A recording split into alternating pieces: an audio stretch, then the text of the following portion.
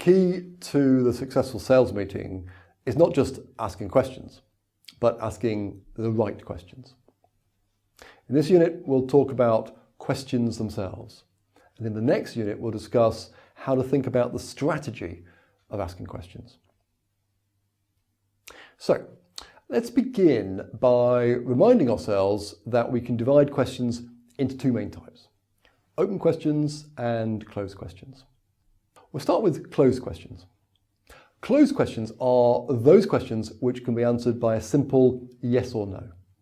They're closed because you don't have to offer the opportunity to open up with any more information. So for example, are you the person responsible? Shall we start the meeting? Is this right? These are all simple examples of closed questions. The other person can answer them with a yes or no and doesn't feel under any obligation to offer any more information. They might, but they don't have to. Open questions, on the other hand, are the ones which do invite more information because they can't be answered simply by yes or no. So, why is this happening? What shall we do about it? When would you like to do this? These are all examples of open questions. The other person has to supply more information and so is encouraged to tell us more. Is one type better than another? Well, it depends upon the stage you've reached in the sales process. You see, at the start of the process, you want to learn as much as possible about the customer's needs, and so you want to encourage the customer to talk. So you use open questions. On the other hand, when you get to the point where you want to agree the next step, well, then you'll be more inclined to use a closed question. So for example, the closed question, shall we agree to meet again next Monday at 9, is more useful than the open question, when shall we meet again, when you want to close the meeting and to get a definite agreement for the next step. But the open question, what sort of difficulties does this cause you, is much better than the closed question, are there any difficulties, which invites the answer no, which shuts down the conversation. Even if the customer responds with yes, we still have to go on to ask what kind of difficulties, or else once again we'll have reached the end of the conversation. So generally, when we want to encourage the other person to talk and when we want to learn more, we use open questions. But when we want to direct the conversation and to gain agreement to something specific, we use a closed question. You can only use a very few closed questions at any time without the conversation becoming very stilted and moving towards what sounds like a bit like an interrogation. Let's talk a bit more about open questions. Rudyard Kipling famously wrote a poem called The Six Wise Men. In the first verse, it goes like this: I keep 6 honest serving men.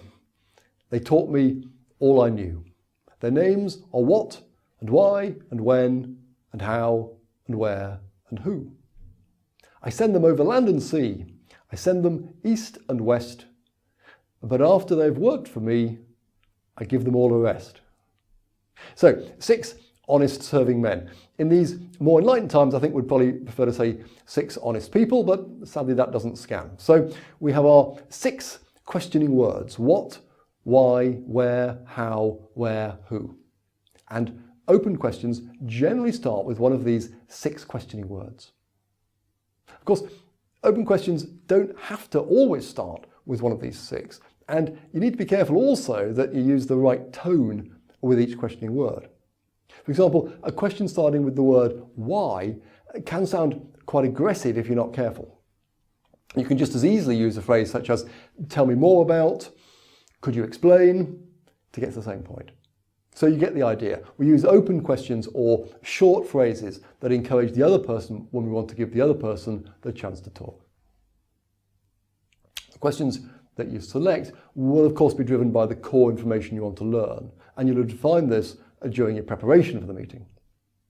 Now, having asked the question, you need to ask yourself, does the answer make sense? Do I understand what's being said? Does this answer conform to my previous knowledge? And if not, then you have to ask the customer to clarify or to give you more information. So following up the question, often with another question, can be as important as asking the initial question.